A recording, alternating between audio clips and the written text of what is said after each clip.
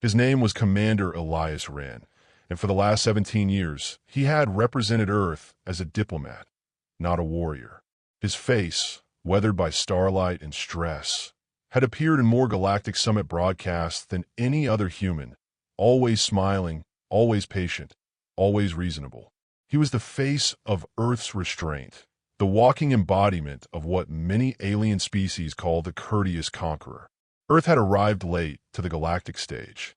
The unified coalition of worlds had already existed for over 400 cycles before humanity's first FTL jump-spit a probe into coalition-monitored space. Their emergence was greeted not with fear or welcome, but polite skepticism, primitive creatures from a backwater world. Yet humanity rose quickly. Too quickly. In just 2 decades, Earth went from an observer to a provisional member. Another decade, and they held trade agreements, peacekeeping contracts, and even arbitration seats. And yet, despite this meteoric rise, Elias had spent much of his career apologizing. Apologizing for Earth's rough edges, the aggressive tendencies, the refusal to disarm entirely, the tendency to act before committees could finish deliberating. Passion, he called it in briefings. Impulse, some of the elder species muttered. Danger, whispered a few who had learned too late that humans were not to be underestimated. Now, standing in the circular grand forum of Polari Prime, capital of the unified coalition, Elias felt the eyes of the galaxy on him. Again, he adjusted the cuffs of his diplomatic uniform, sleek black with silver accents and the Earth insignia stitched just below his collarbone, a subtle spiral of continents encased in a single star. Elias was tall for a human, though many species towered over him. He didn't rely on stature to command attention. He had presence, a quiet storm held in reserve, which unnerved those who looked too long. The forum floor shimmered beneath him, hollow surfaces that reacted to emotion, displaying ripples of color as he passed. A beautiful piece of alien tech designed to convey emotion without words. Elias had always hated it. Humans didn't wear their feelings on their sleeves. Not naturally. They preferred masks and games and silence that carried more weight than shouting ever could.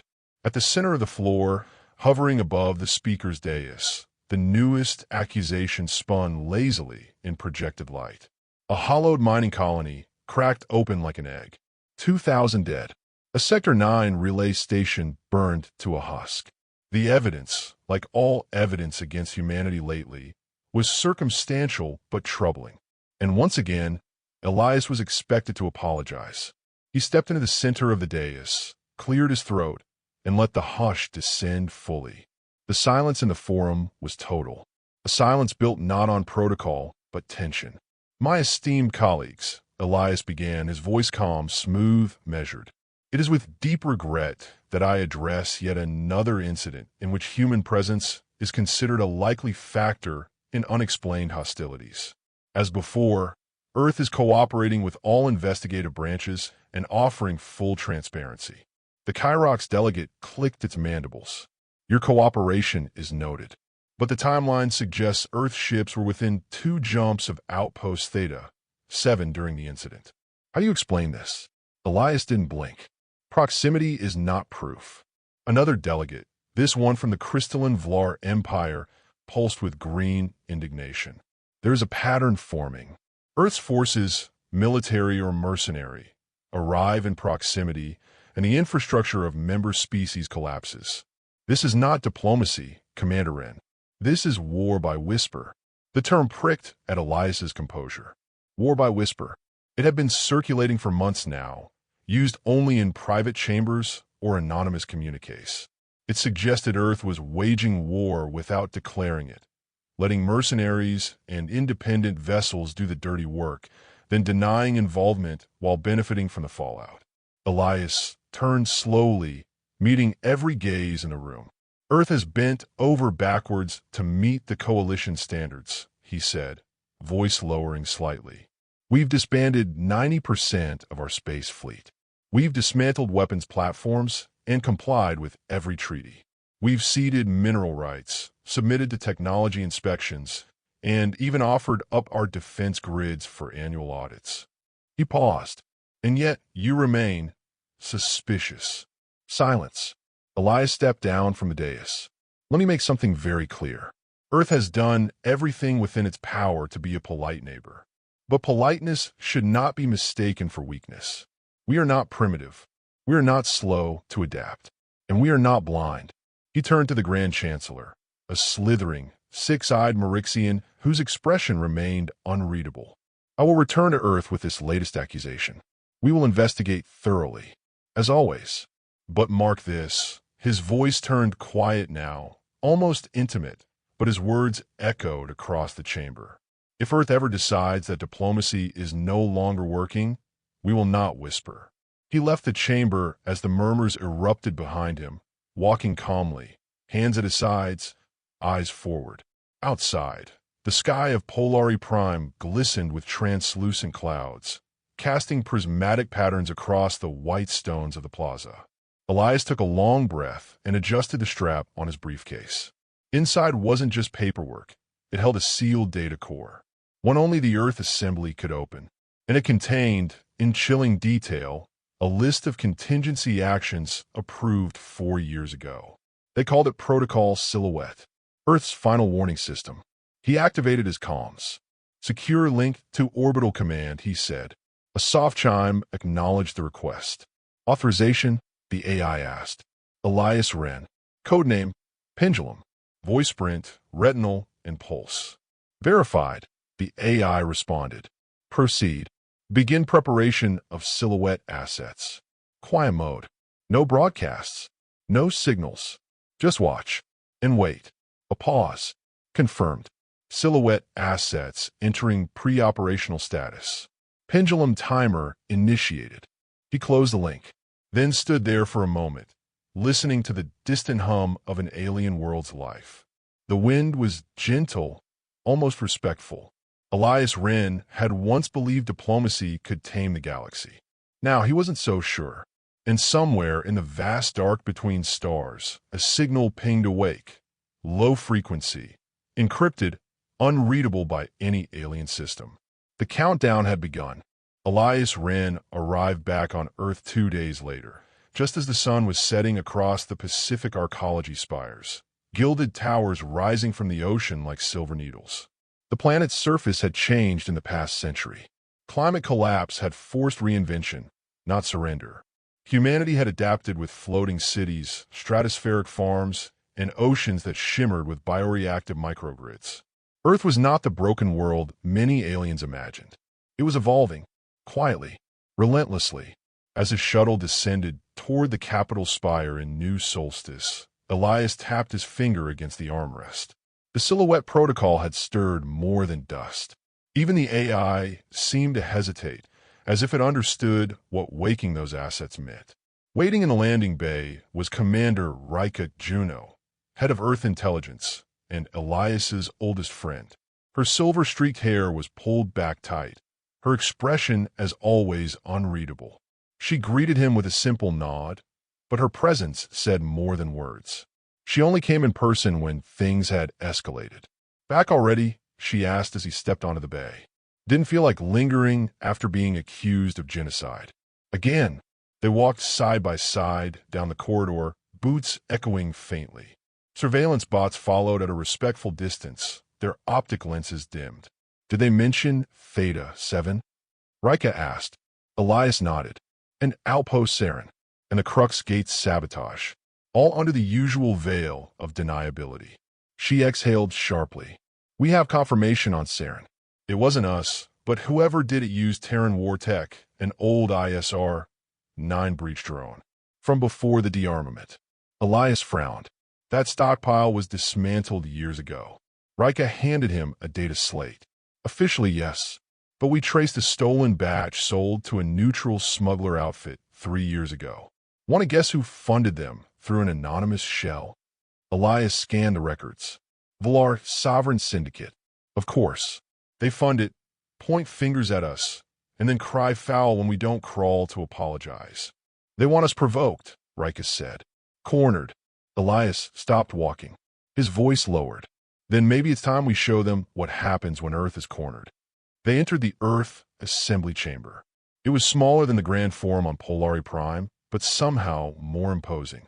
No alien stone, no ceremonial flourishes, just polished steel, black glass, and the distant hum of deep planetary servers.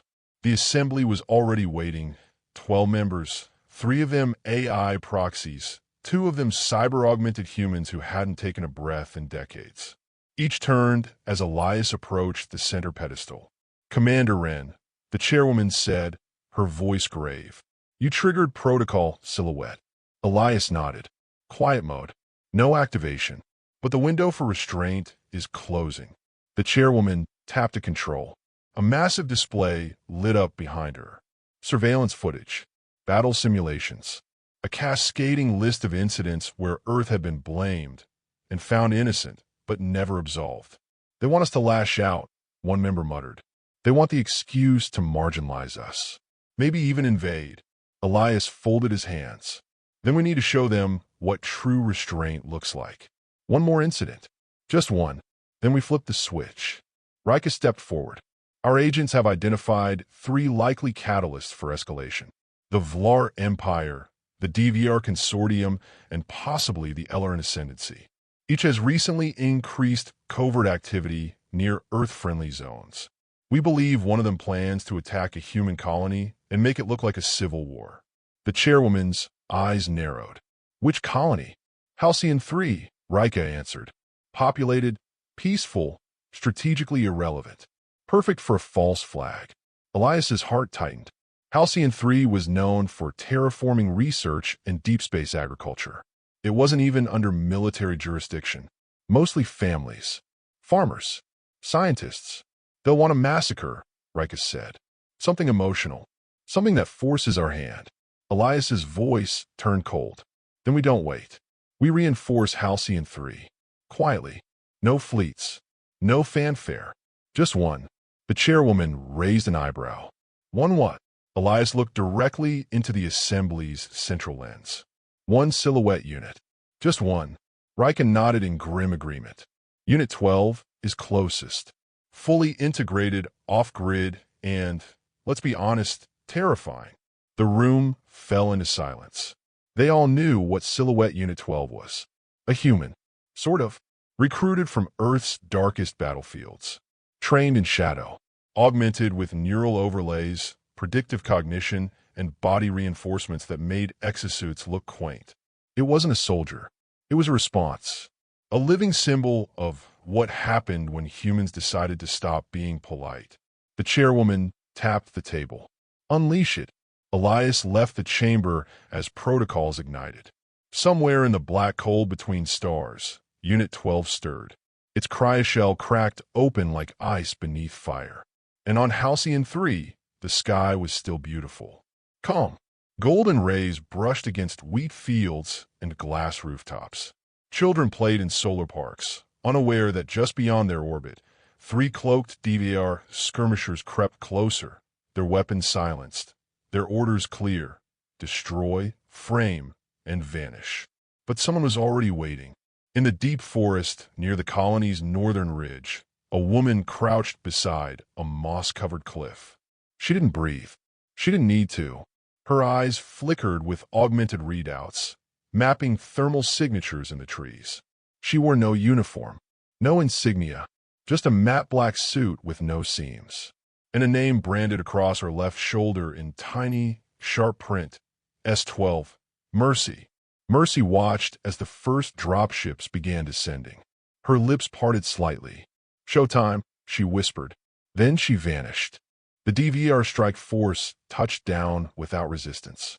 They moved like wraiths through Halcyon 3's sleepy periphery, cloaked in magnetic shields and silence fields. Their targeting AI had mapped every dwelling. Children's play centers, food distribution nodes, medical bays. They weren't looking for soldiers. That was the point. But as Unit Alpha reached the edge of the central colony ring, they noticed something wrong. No comm signals. One whispered through suboral comms. "The network's down."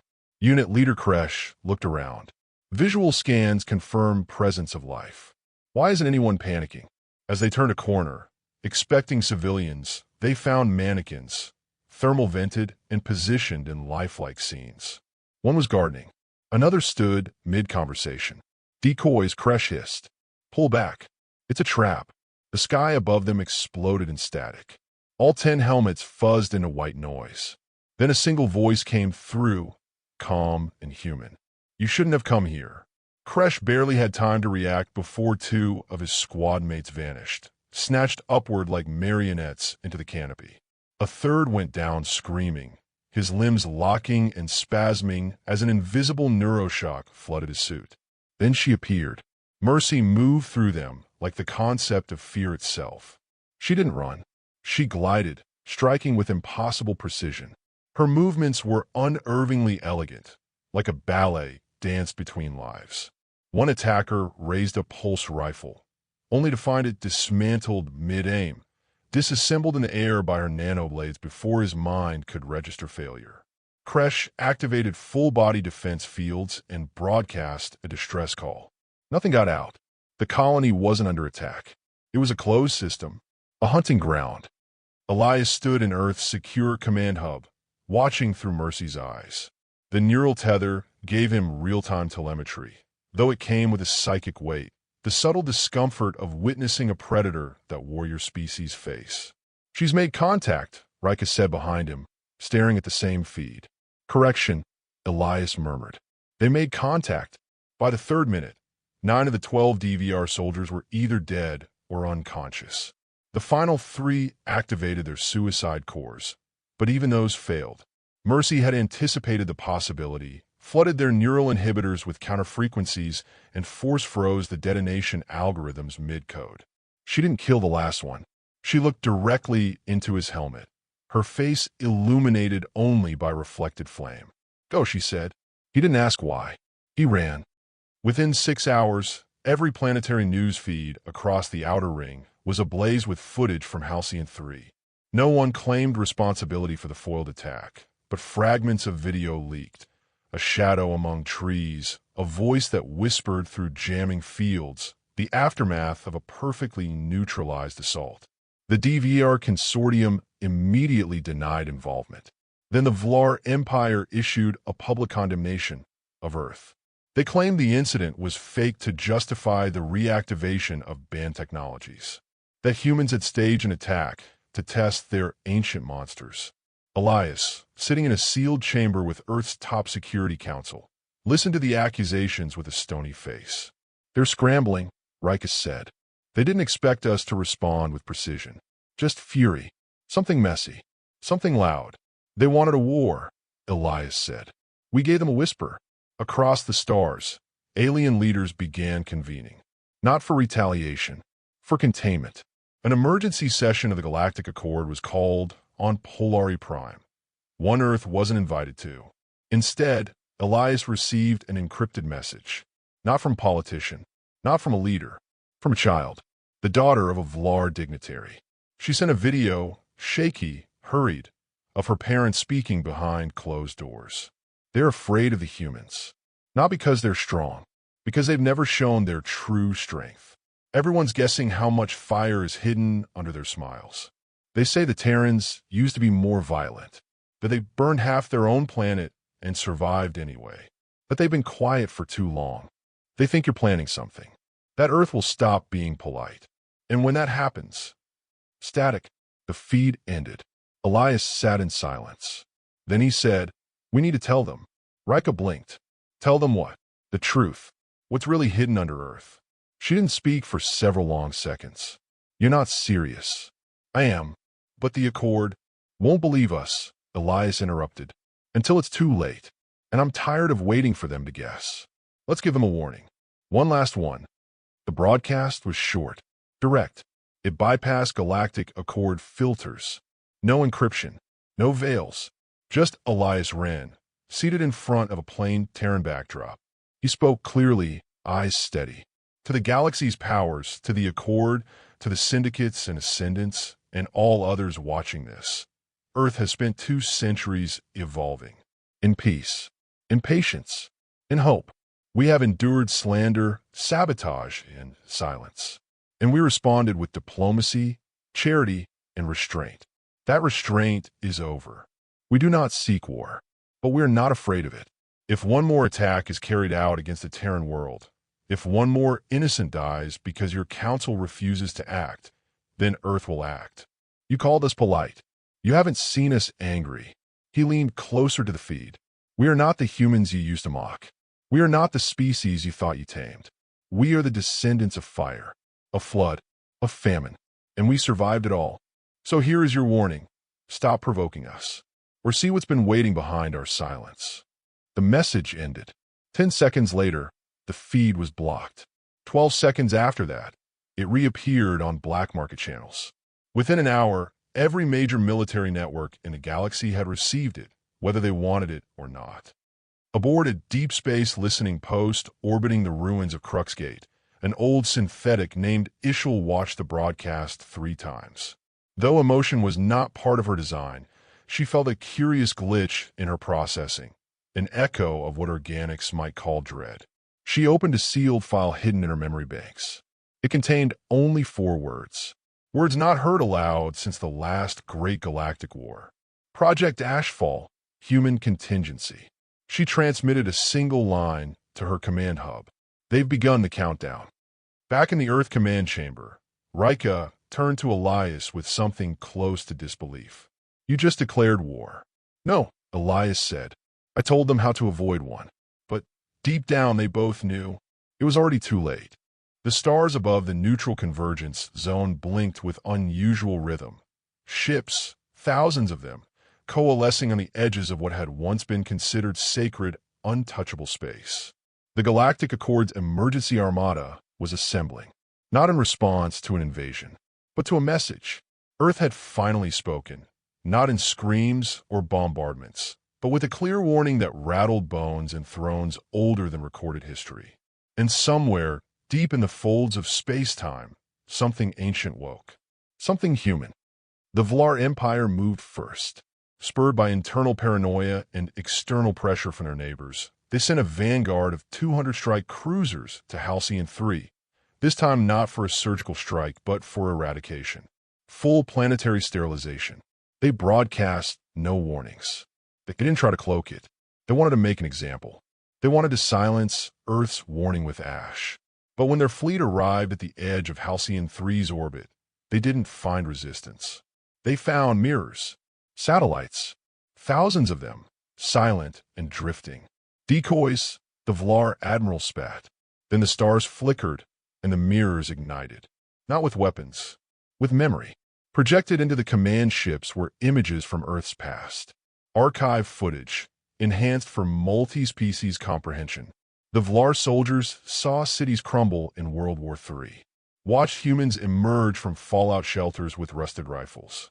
Witnessed children cry under blackened skies, then grow up and rebuild everything stronger. They saw Earth's great apocalypses, not as moments of defeat, but rebirth. Then came the message, just a voice. If you destroy Halcyon 3, we will not retaliate. You will have simply made the quiet graveyard where your empire ends. The Vlar hesitated. 12 minutes. Then their long-range scanners caught something approaching. Something massive. A ship, but not like any design in the Accord's databases. No life signs. No drive signatures. Just mass. It dwarfed their fleet. The vessel's hull was layered in obsidian and old Earth steel. Along its spine were painted glyphs, not of modern Terran code, but ancient languages lost even to Earth itself.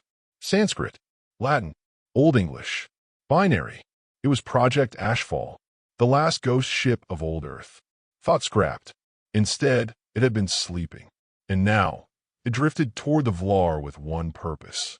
To remind them, the Vlar fired the first shot. A bolt of plasma tore across the black and slammed into Ashfall's hull. No damage, not even a scratch. The second volley was larger, coordinated, nuclear-tipped, void-penetrating, blessed by 7 different war gods. Still nothing. Then Ashfall moved, not with engines, with gravity. It bent the field around it like water, slipping between dimensions and pulses, dragging pieces of the Vlar fleet out of phase. One moment, a battleship was targeting.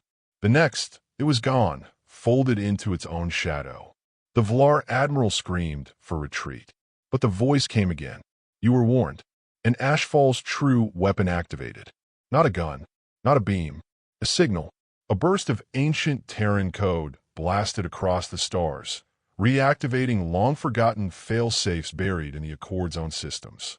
Backdoors Earth had placed quietly into every AI, every starport relay, every security mainframe it had ever helped upgrade.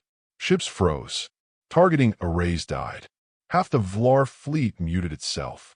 Then came the real blow. Not from Earth, from its allies. The free worlds of Gliese broke their neutrality and jumped in behind Ashfall. The Mechari swarm, long suspected of fearing Earth's return to aggression, joined them in silence. No banners, just power. And even the nomadic Skull, thought extinct, emerged in a synchronized pattern from Warp Fold with a single message. The old wolves are awake. Back in Earth's command hub, Rika stared at the chaos unfolding on the hologlobe. They're standing with us, she whispered. Not because we asked, but because they remember. Elias nodded slowly. They always remembered. We just reminded them what silence costs. Across the galaxy, more fleets powered down than powered up. Treaties were reread, legacies reconsidered. And the DVR? They never sent another ship. Their elders declared Earth a Class Omega anomaly and retreated to their inner sanctums, where they spoke in whispers of the species that evolved restraint as a weapon. Mercy, watching from orbit, smiled faintly as the last Vlar ship limped back through fold space, its hull scorched with a memory of failure. In the aftermath, the Galactic Accord met again, this time with Earth at the table. Elias didn't dress in finery. He wore a simple Terran jacket, and when the Chancellor of the Accord asked him what Earth wanted, he simply replied, to be left alone. There was a long pause. Then the Chancellor asked the real question. And if you're not left alone? Elias looked him in the eyes. Then this wasn't the war. This was the reminder. 2 months after Ashfall had emerged from the silence of deep time, the galactic map was redrawn, not with blood, but with caution. Borders were no longer marked solely by treaties or power blocks, but by one unspoken rule. Don't provoke the humans. At the heart of it all, Halcyon 3 remained untouched. More than untouched, it became a symbol. Once seen as an outpost barely worth defending, the planet was now a pilgrimage site for both rebels and diplomats, scholars and spies. Not because of what it had, but because of what it represented. Earth's final warning had not come in fire. It had come in restraint, and that frightened the galaxy more than any weapon. Elias stood on a raised platform inside the Accord's temporary chamber, now relocated to a rotating station above a neutral moon. The council hall bore scars from political collapse, cracks in the marble, flickering screens, but it was standing. It was trying. The Chancellor leaned forward, eyes weary. Earth's presence in this chamber is irregular. You've operated outside Accord law for decades. Elias gave a small smile. We didn't. You did. We just didn't stop you. A murmur rippled through the hall. Rika, seated beside Elias, adjusted the data scroll in her hand. She tapped it once. Behind them, a massive hollow projection bloomed into view. Records of Earth's suppressed technologies, systems hidden in plain sight, patterns of influence embedded across millennia. You thought we were relics, she said. You thought we'd gone quiet because we were weak. But you were wrong. The Devir emissary rose to speak, his face unreadable beneath the soft, kite-in ridges of his species. And now, he rasped, now that we know what you are, what Earth has hidden, do you expect our obedience? Elias stood tall, not aggressive, just present. No, we expect your wisdom, because if you respond to mercy with fear, then you haven't understood anything at all. He paused, scanning the room. Earth was polite. We waited. We watched. But we never surrendered. The room fell silent again. And in that silence, peace began to take its first real breath in centuries. Later, in the hangar bay of the diplomatic cruiser Arcros, Rika walked the echoing steel corridors alone, tracing her hand along the wall. Ashfall's emergence had sparked something in her. Not just awe, but purpose. For so long, She'd worked in the quiet shadows of Earth's intelligence branches, building systems, intercepting signals, disarming threats before they ignited. She had believed Earth's strength lay in remaining unseen. But now, she understood something deeper. Silence was never the weapon. Memory was, and Earth remembered everything. At the far end of the bay, Mercy sat perched on a crate, cross-legged, watching a small projection of ancient Terran poems scroll by. Rika sat beside her. "Still reading the old stuff?" she asked. Mercy smiled faintly. "It's not old, just patient." "Funny," Rika said. "That's what they used to call us. The patient ones. Now, they call us a threat." Mercy didn't look up. Maybe they were right both times. Rika fell silent for a while, then added quietly, "What comes next?" Mercy finally turned, her expression serious now. "We give the galaxy a choice." Back on Earth, in a long-forgotten bunker deep beneath the Andes, a series of classified files were unsealed. They weren't blueprints for weapons. They were proposals, centuries old, for education hubs, refugee corridors, rebuilding missions. Earth hadn't just prepared for war. It had prepared for what came after. And that's what they offered now. The first reconciliation fleet departed 3 weeks later. A coalition of human and alien volunteers, it traveled to war-torn planets and devastated sectors, not as conquerors, but as builders. Doctors, engineers, historians, Terran geneticists offered to repair extinct biomes. Human diplomats offered to broker peace without demands for tribute. Some worlds refused, calling it another trick. Others, desperate and wary, accepted. And when their crops returned, their skies cleared, their data networks revived. It wasn't Earth they thanked. It was the idea Earth had carried for centuries in silence. Help without conquest. Strength without cruelty. That was Earth's true gift. And slowly, the galaxy began to see it. In a ceremony broadcast across 50 systems, the Accord voted to rename the Neutral Convergence Zone. It was no longer neutral. It was protected space, under Earth's patronage but open to all. A monument was erected in orbit above Halcyon 3, made of fused metal from the first failed assault. Carved into its side were words in a dozen languages, including one most aliens had never seen. We waited. We listened. We rose. Underneath, a smaller inscription.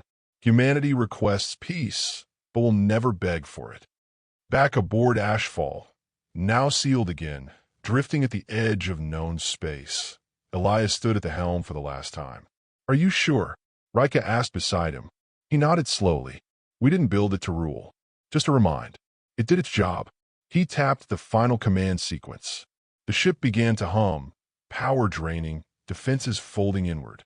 Ashfall returned to sleep, waiting for time it might be needed again. Or perhaps never. As the final systems shut down, Elias whispered, "Good night, old wolf." Then he and Rika left the bridge, hand in hand, walking back into the light of the galaxy that had, at last, remembered how to breathe. The centuries that followed were never called peaceful, but they were different. The galaxy did not forget what Earth had done, or what it had not done. No planetary sieges, no orbital purges, no terraforming armadas. Earth had power, and it chose mercy. That choice echoed louder than any weapon. But some didn't understand it. Some couldn't, and some never would. On the edge of the Zinthari frontier, where the star lanes end and gravitational currents twist like serpents, a warlord named Serketh rose. He was young, brash, brilliant in battle. He mocked Earth's so-called legacy of restraint. In his broadcasts, he declared, "Humanity is aging and irrelevant. Their kindness is a ruse. I will prove it. I will poke the wolf's bones with my own spear." He disappeared 6 months later. No ships were sent. No missiles launched. Just silence. His fleet was later found drifting, systems disabled, soldiers unharmed but shaken. On every console was a single phrase, etched into the screens in Earth's oldest programming language. "You were warned." It became the most studied statement in galactic military academies for the next 200 years. On Ithra 9, a planet once ruled by caste-based empires, a rebellion sparked in the aftermath of Ashfall's emergence. Young Ithrans, inspired by stories of Earth, began to question the natural order. Why were some born to rule and others born to suffer? They called themselves the Echoes. They carried no weapons, only ideas. And those ideas spread. When the ruling houses tried to suppress them, the Echoes broadcast a final message across every city. We do not ask for power. We ask for truth. If Earth could hide their strength for centuries in silence, then maybe so can we. The cities erupted in peaceful marches. The empire collapsed not from violence, but from shame. Historians later credited the Echoes with the largest non-violent transition of power in the quadrant's history. Their symbol, a stylized Earth, half in shadow. In a distant observatory orbiting the black hole at Vorn's edge, a lone alien scientist named Meal stared at the readings in disbelief. "They've done it," she whispered to the void. "They bent light into memory." She was speaking of a Terran signal discovered not through normal communication arrays, but gravitational wave resonance, a technique theorized but never before applied. The signal was faint, ancient, but unmistakable. A recorded human voice, distorted but clear, echoed out into the abyss. "We are still here, listening." Meal documented it, but she never filed the report. Instead, she saved the recording to her private archive, and every solstice she would play it back. Not because she feared the humans, but because their patience felt holy. 1,000 years after Ashfall, the galaxy celebrated the unification tricentennial. Worlds that once warred now shared languages, technology, and trade routes. Some even shared myths. Among the most enduring, the tale of the polite ones, a species who spoke gently, moved slowly, and smiled often until they didn't. No one could prove it was about humanity. The details were always different. Some claimed they were gods. Others claimed they were ghosts and machines. Some said they were still out there, walking among the stars as normal people. And some whispered they had never left. In the great library of Sindril, etched into the star-tempered walls of the Hall of Origins, were these words: "Human, don't stop."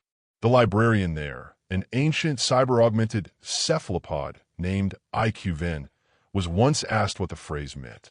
He responded with a story. A child once asked their mother why the humans never claimed the throne of the galaxy, even when it was theirs for the taking. The mother answered, "Because they already had something greater." "What's greater than power?" the child asked. The mother smiled. "Legacy." Back on Earth, now often called Sol Prime, the oceans were cleaner than they had been in 10,000 years. Cities floated in orbit, powered by fusion drawn from stars in microform. And in a quiet garden beneath the regrown Amazon canopy, a young girl sat beside a statue. It was old, worn by time, moss-covered. A man stood beside a sleeping wolf, gazing upward toward the stars. She read the inscription at the base aloud, words faded but familiar to all Terrans. "We were polite, but that's about to change." Her father, a quiet teacher from the Biomechanics Guild, came to sit beside her. She turned to him. Did they really win the war without fighting? He nodded. Because they knew when not to fight. She considered this. Will we have to fight someday? He looked up at the sky. Same stars, same endless sky. Maybe, he said. But if we do, we won't start it. And we won't lose. She smiled. Because we're human? He nodded again. No, he whispered. Because we remember. In the hidden records of the Accord, sealed behind quantum firewalls and guarded by sentient algorithms, there lay a final classified document.